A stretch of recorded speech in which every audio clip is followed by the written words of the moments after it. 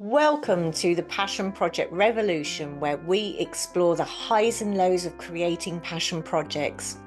Whether it is a book you have a desire to write, a community service you want to create, a charity you want to set up, or sharing your own passions by teaching others how to do it, be inspired by the stories from people who have been there and done it. You know, everyone has at least one passion project, if not more, within them. It's held within their soul energy.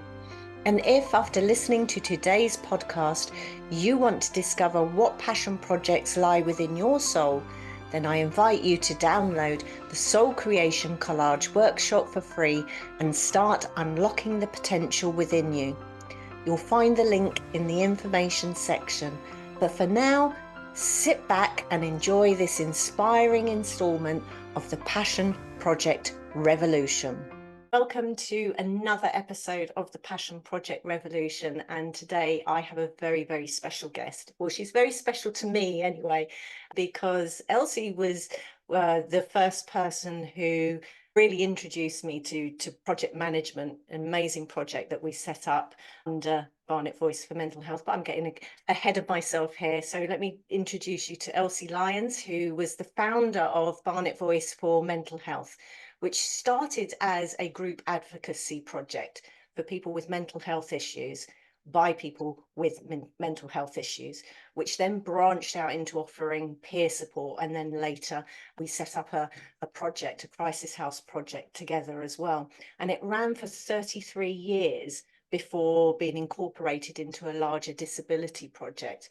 But I wonder, Elsie, if you could just start by clarifying a little bit what you mean by advocacy project, because some people that are listening might not understand that term. Before we go any further, just because I'm that sort of like particular, I was surprised at the 33-year bit. We can go back on the maths later, but it certainly ran for a long time. The group advocacy, it was very much to do with the fact that when you've got a mental health problem, when you're perhaps in hospital, when you don't know your way around services, when you're at your worst, but usually you haven't got your own voice. Yeah. And that's how we ended up with the name Barnet Voice for Mental Health. It's about us finding out what people felt about services, what they liked, what they didn't like, what they would like improved, and trying to influence the mental health professionals to improve their services. And we did that in a variety of ways. We started off initially by sitting on their committees and bringing those views. As I say, after we've done the background, because it wasn't just us sort of blowing our own trumpet of what was matter with our, with what had gone wrong with us. It was finding out what other people's experiences were. That was crucial. That underpinned everything. But we sat on committees. Then we started doing training with mental health professionals, again, bringing up the user voice. We went on to interviewing them for their posts, again, making sure that the person they're employing is somebody that is going to be sensitive to the needs of the people they're serving. So that's basically what group advocacy is about. It's been, we're in a better place at the moment because we're feeling pretty well, and we can support those who aren't. To get their voice heard.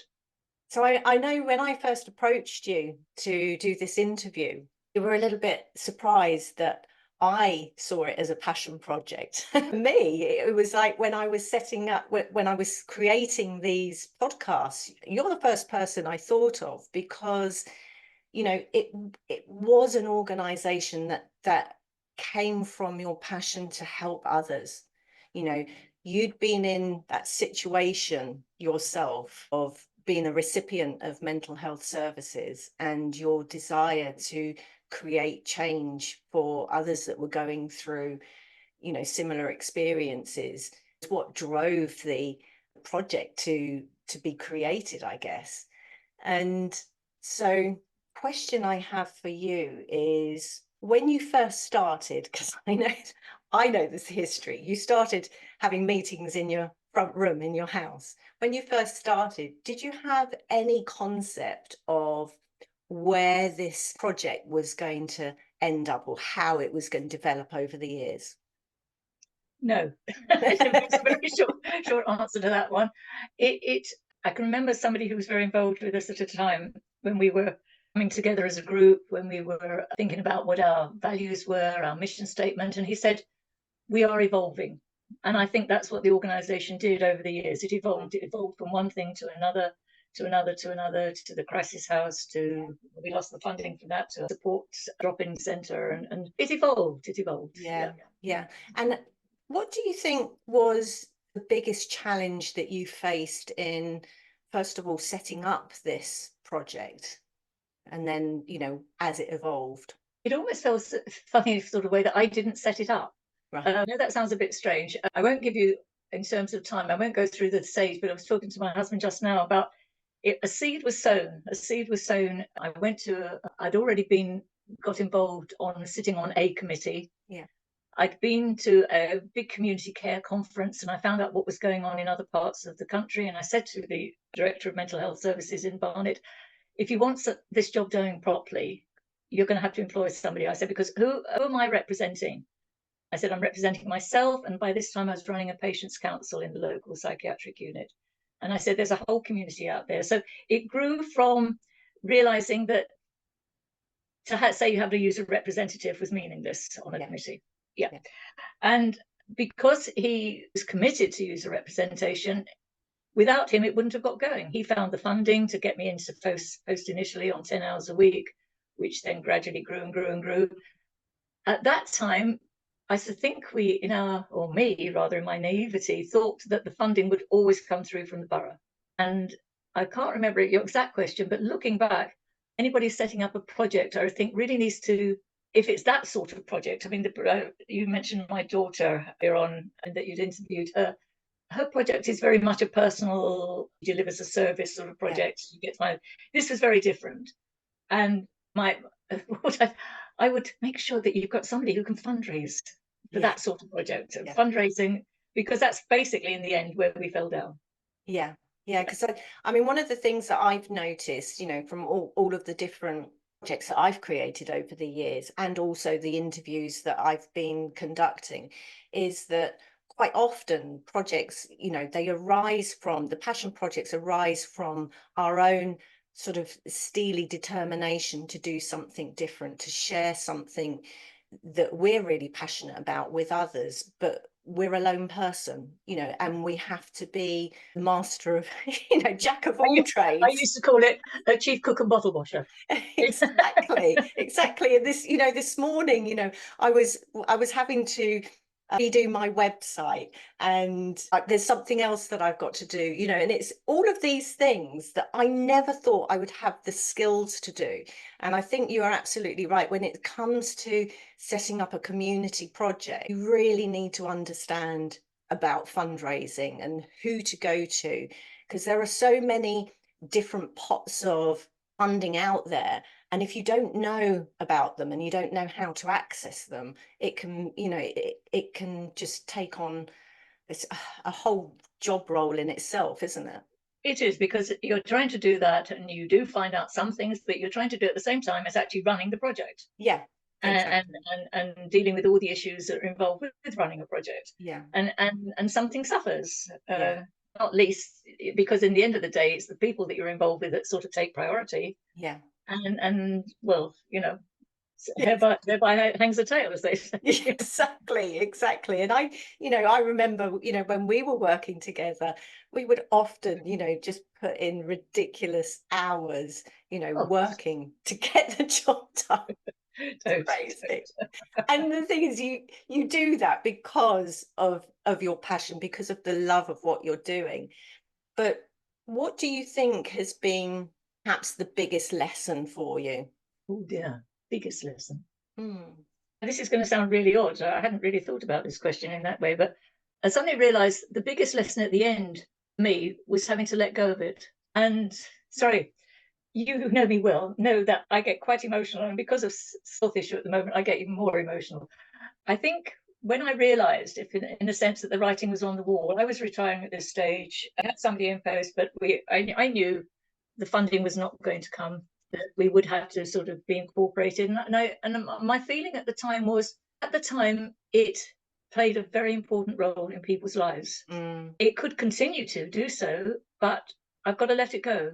Yeah. And sometimes you have to let things go. And I look back now at what we did. I think some of the stuff I think we did was absolutely amazing. Yeah, incredible. And both in the group advocacy side and the peer support. And I think it's an awful shame that has disappeared, basically. But it's about letting it go. Yeah. I can't say, I know that's not probably the lesson you meant, but that's for me what's been the big lesson, because I know it gave a lot to a lot of people. I really do, because of what people say. Still feed back to me. But I think, I think that is a really valuable lesson to learn, because, when we create something from our passion, from our desire to make things better for people, and it's just, starts off with just you, and then the organization grows. It's like it's your baby. Yeah. It's your baby, and it's like you having to let it go. And I guess, for me, when I think about some of the services that I do and the services that I create, I have to think of what's the longevity for this. I don't want to be the one running it all the time.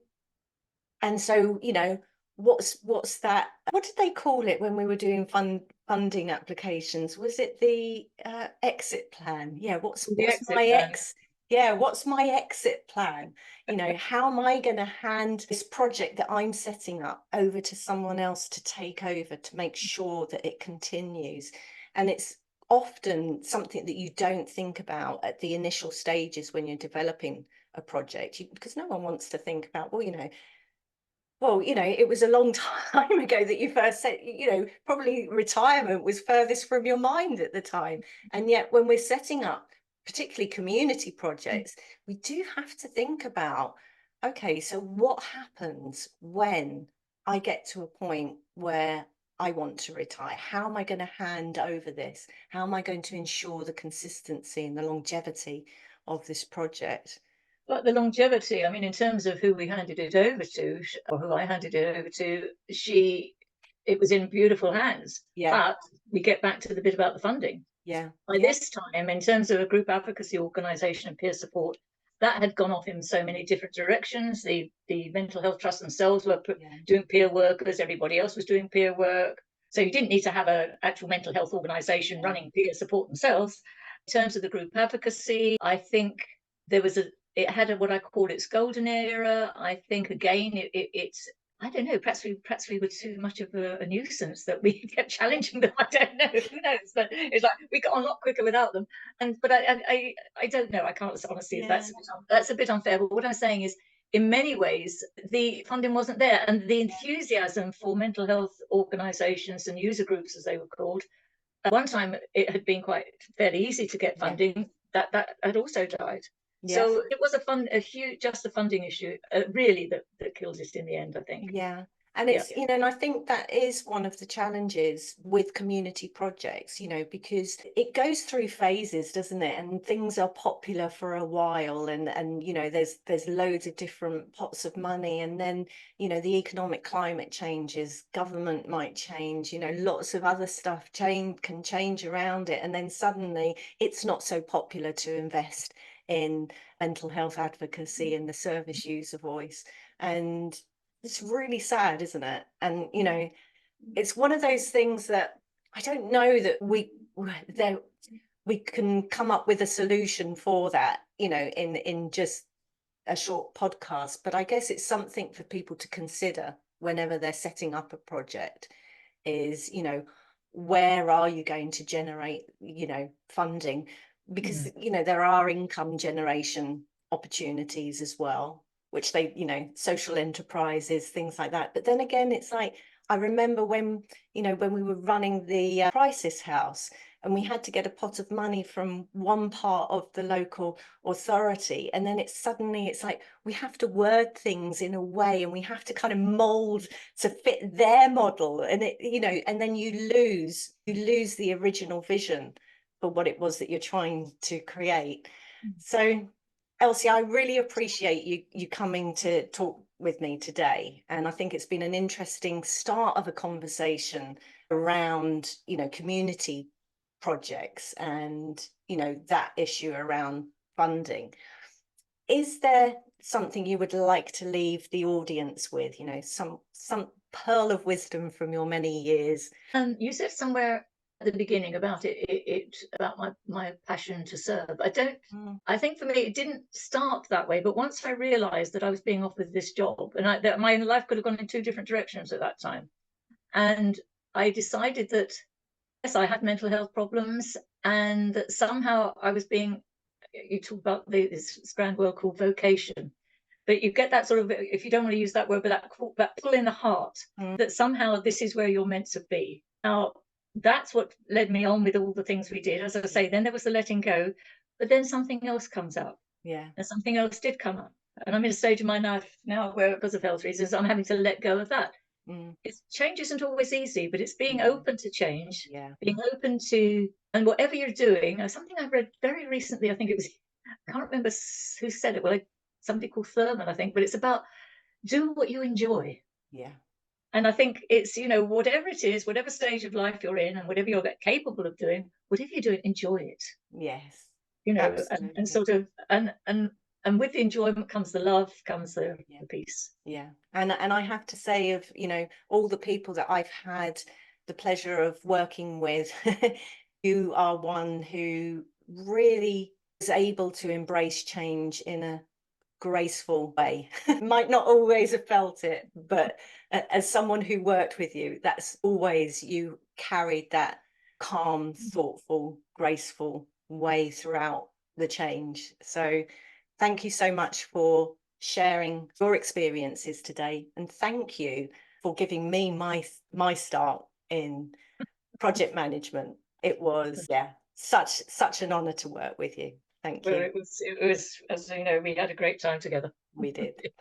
Thank you so much for joining us today. Has this podcast sparked an interest to create your own passion project? Remember, everyone has at least one within them, something that they have a strong desire to create or deliver, not always for profit, but for the sheer love of it. Your soul was designed in this way to help you find fulfillment in community energy. Sadly, what happens to many people is they get so caught up in survival, they forget why they chose to become physical in this time and space. But when you discover what passion projects lie within your soul, it triggers a massive uplift and a flow to inspiring energy. Basically, it feels really good and exciting, and you'll feel the momentum to take action, to create your own passion project. So if you're ready to start, have a look at all the ways that I can support you at www.thejanejackson.com. And here's one final thought to leave you with. When you create your own passion project, you are sharing love with the world around you, and that energy of love comes back to you to generate more flows to good energy and ultimate happiness for all.